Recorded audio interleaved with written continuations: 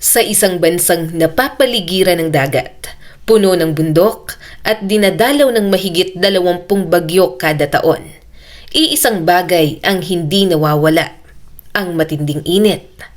Pero alam mo ba na may mga lugar sa Pilipinas na higit pa sa karaniwang init ang nararanasan?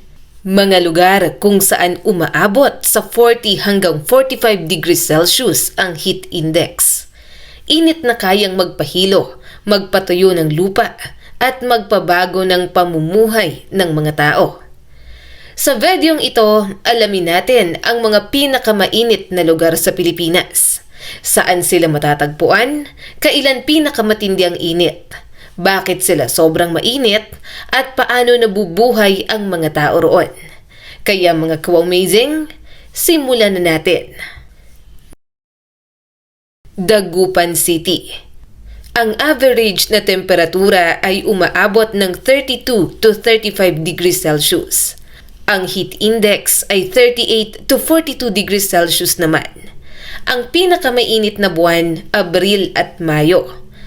Ang Dagupan City ay isang mababang kapatagan na halos yakap ng araw buong maghapon.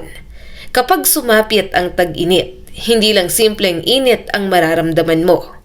Ito ay malagkit, mabigat at nakakapagod na init. Bakit sobrang init sa Dagupan? Una, heograpiya. Patag ang lupa, walang bundok na humaharang sa sikat ng araw. Ikalawa, lapit sa dagat. Tumataas ang humidity kaya mas ramdam ang init. Ikatlo, urban heat effect. Semento, kalsada at gusali ang nag-iipon ng init. At ang ikaapat, mahinang hangin tuwing summer. Kahit 34 degrees Celsius lang sa thermometer, parang 42 degrees Celsius ang pakiramdam ng katawan. Ano ang epekto sa tao? Mabilis ang pagkahilo at dehydration. Madalas ang heat exhaustion. Bata at matatanda ang pinakadelikado. May mga araw na pinapaikli ang klase at ang mga manggagawa ay pinapayagang magpahinga sa tanghali. Pamumuhay ng mga taga-Dagupan. Ang trabaho at palengke ay alas 4 ng madaling araw hanggang alas 10 ng umaga. Pahinga, alas 12 hanggang alas 3 ng hapon. Aktibo ulit paglubog ng araw. Ang pamaypay ay parang extension ng kamay at ang malamig na tubig ay parang ginto. Number 8, Iloilo City. Ang antas ng init, 31 to 34 degrees Celsius. Ang heat index ay 37 to 41 degrees Celsius. Ang pinakamainit ay tuwing buwan ng Abril hanggang Mayo. Isang modernong lungsod na napakaganda. Pero sa tag-init, parang pinapasingaw. Bakit tumitindi ang init? Una, urbanization. Kaunting puno, maraming gusali. Ikalawa, malapit sa dagat. Mataas ang humidity. Ikatlo, traffic at semento. Nagbabalik ng init kahit gabi na. Ramdam ng katawan, pawis kahit nakatayo lang. Mabagal ang galaw ng tao. Tumataas ang konsumo ng kuryente. Adaptation ng mga residente. Night markets at gabi ang gala. Mall ang tambayan. Aircon ay hindi luho dahil kailangan. Number 7, Cotabato City. Ang average temperature ay 32 to 35 degrees Celsius at ang heat index ay pumapalo ng 38 to 43 degrees Celsius. Pinakamainit tuwing buwan ng Marso, Abril at Mayo. Sa unang tingin, parang tahimik at kalmado ang Cotabato City. Pero kapag dumating ang tag-init, ang lungsod na ito ay nagiging parang bukas na pugon. Bakit sobrang init sa Cotabato City? Una, mababang elevation, halos kapantay lang ng dagat. Ikalawa, malawak na kapatagan, walang bundok na panangga sa sikat ng araw. Mahinang airflow, bihirang preskong hangin sa tanghali, at matagal na dry season. Minsan umaabot ng 4 hanggang 5 buwan. Dahil dito, ang init ay naiipon sa lupa at semento at hindi agad nawawala kahit lumubog na ang araw. Ang epekto sa katawan ng tao, matinding panghihina at pagkahilo, madalas ang nosebleed sa mga bata. Tumataas ang kaso ng heat cramps sa mga nagtatrabaho sa labas. May mga araw na halos walang tao sa kalsada pagsapit ng tanghali dahil delikado ang magbilad sa araw. Paano namumuhay ang mga residente? Maagang trabaho at tindahan, payong kahit maaraw, madalas na pag-inom ng tubig at buko juice. Tahimik ang lungsod mula alas 12 hanggang alas 3 ng hapon. Sa Cotabato City, ang init ay hindi lang panahon. Bahagi na ito ng araw-araw na pakikibaka. Number 6, Roxas City. Ang average temperature ay 31 to 34 degrees Celsius. Ang heat index naman ay 36 to 40 degrees Celsius. Pinakamainit na buwan, Abril at Mayo. Kilalang seafood capital ng bansa. Ngunit kapag summer, parang kumukulong kaldero ang Roxas City. Ano ang pinagmumulan ng init? Coastal humidity. Malagkit ang hangin. Direktang sikat ng araw. Kaunting ulap sa tag-init. Mainit na simoy ng hangin mula sa dagat. At mababang puno sa urban area. Kahit nasa tabi ka ng dagat, hindi presko ang hangin dahil mainit at maalinsangan. Nararamdaman ng mga tao sa lugar na ito ang pawis kahit hindi naman gumagalaw. Hirap matulog sa gabi. Tumataas ang konsumo ng kuryente at yelo. May mga residente na nagsasabing mas mainit pa minsan sa gabi kaysa sa umaga dahil naiipon ng init sa buong araw. Paraan, paano mabuhay sa ganito kainit na lugar? Mas aktibo ang mga tao sa gabi. Hapon halos walang tao sa labas. Sa banyo at paliligo, minsan ay 3 hanggang 4 na beses sa isang araw. Sa Roxas City, ang init ay sumasabay sa amoy ng dagat at init ng araw. Number 5, Iligan City. Ang average temperature ay 32 to 35 degrees Celsius at ang heat index naman ay 38 to 42 degrees Celsius. Ang pinakamainit na buwan ay Marso hanggang Mayo. Kilala ang Iligan bilang City of Majestic Waterfalls. Pero kapag tag-init, ang bagsik ng init ang nangingibabaw. Bakit mainit kahit may mga talon? Number 1, urban concentration sa city proper. Number 2, kaunting puno sa sentro ng lungsod. Number 3, traffic at semento na nag-iipon ng init. At number 4, mahabang sikat ng araw tuwing summer.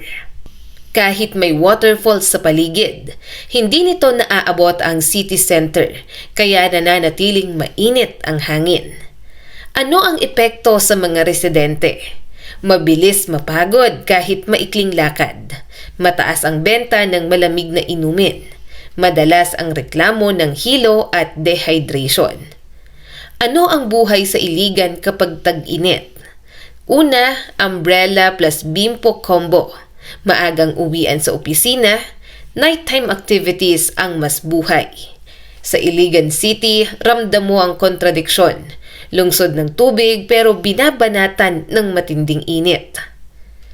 Number 4, General Santos City. Ang antas ng init, 33 to 36 degrees Celsius.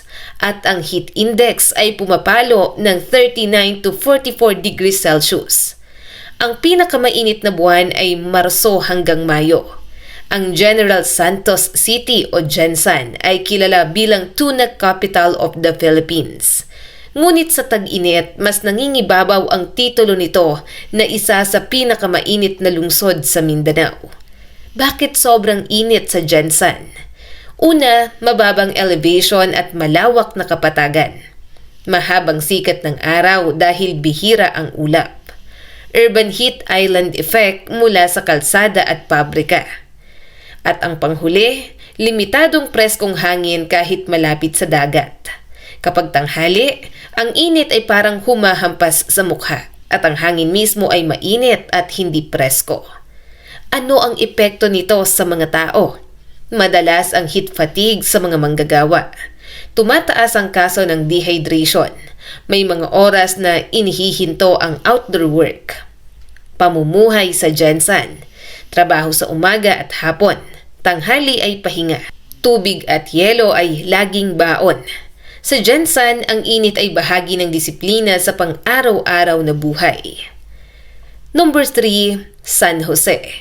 Ang antas ng init, 34 to 37 degrees Celsius. At ang heat index ay 41 to 45 degrees Celsius. Pinakamainit tuwing Abril at Mayo.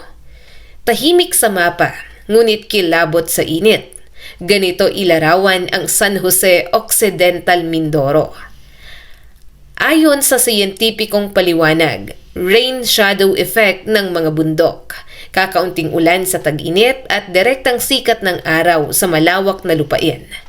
Dito, ang lupa ay tuyo at nagbibitak at ang init ay umaangat mula sa lupa pabalik sa katawan ng tao.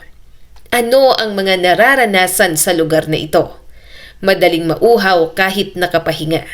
Hirap ang magsasaka sa gitna ng araw. Ang mga hayop ay naghahanap ng lilim.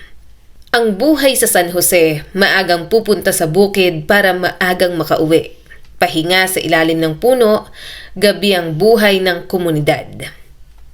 Number 2, Apari.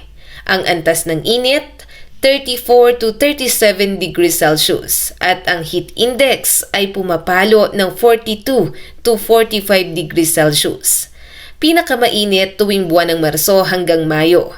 Nasa pinakadulo ng Luzon ang Apari. Ngunit hindi nito iniiwasan ang matinding init, lalo na kapag tag-araw. Bakit nakakapaso ang init?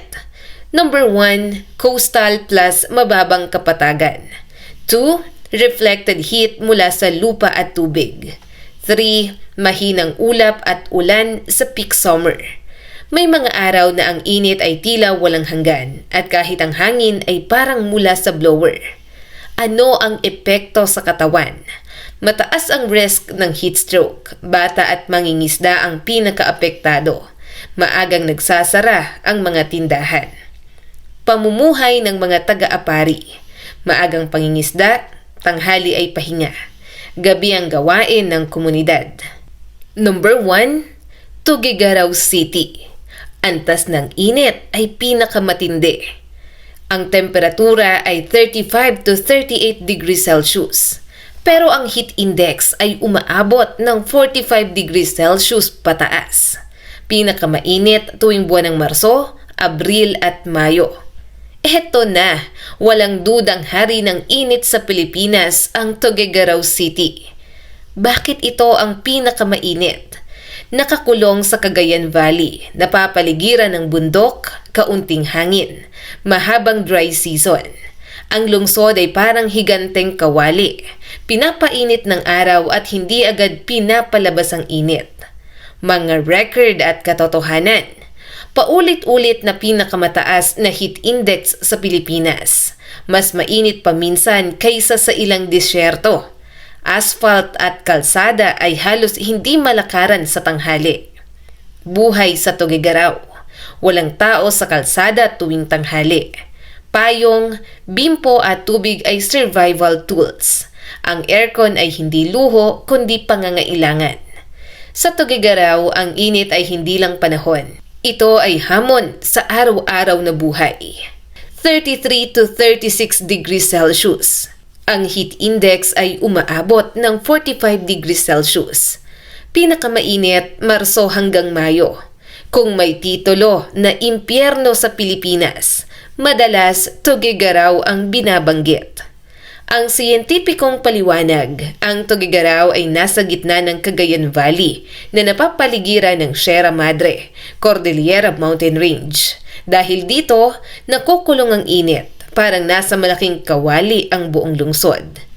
Ang mga naitalang kaganapan, isa sa pinakamataas na heat index sa Pilipinas. May mga panahong mas mainit pa kesa sa Dubai. Asphalt roads ay halos nakakapaso sa paa. Ang epekto sa kalusugan, heat stroke incidents tuwing tanghali. Bawal lumabas ang mga bata. May mga hayop na namamatay dahil sa init. ang araw-araw na buhay. Payong kahit walang ulan, basang bimpo sa leeg. Tahimik ang kalsada pagsapit ng tanghali. Dito, ang salitang mainit ay kulang para ilarawan ang nararanasan. Ang Pilipinas ay isang bansang tropikal, ngunit may mga lugar na lampas na sa karaniwang init. Ang mga lungsod at bayan na ito ay patunay na ang klima ay nakaaapekto sa kalusugan, kabuhayan at pamumuhay ng tao. Habang patuloy ang pagbabago ng klima, mas nagiging mahalaga ang tamang kaalaman, tamang paghahanda at malasakit sa kalikasan. Kung nagustuhan mo ang video na ito, Kung nagustuhan mo ang video na ito, ka-amazing! Huwag kalimutang mag-like and subscribe at pakipindot na rin ang notification bell para updated ka tuwing may mga bago tayong video katulad nito. Ikaw, ka-amazing! Saan ang pinakamainit na lugar na iyon ang napuntahan? I-comment lang sa comment section sa ibaba ng video na ito.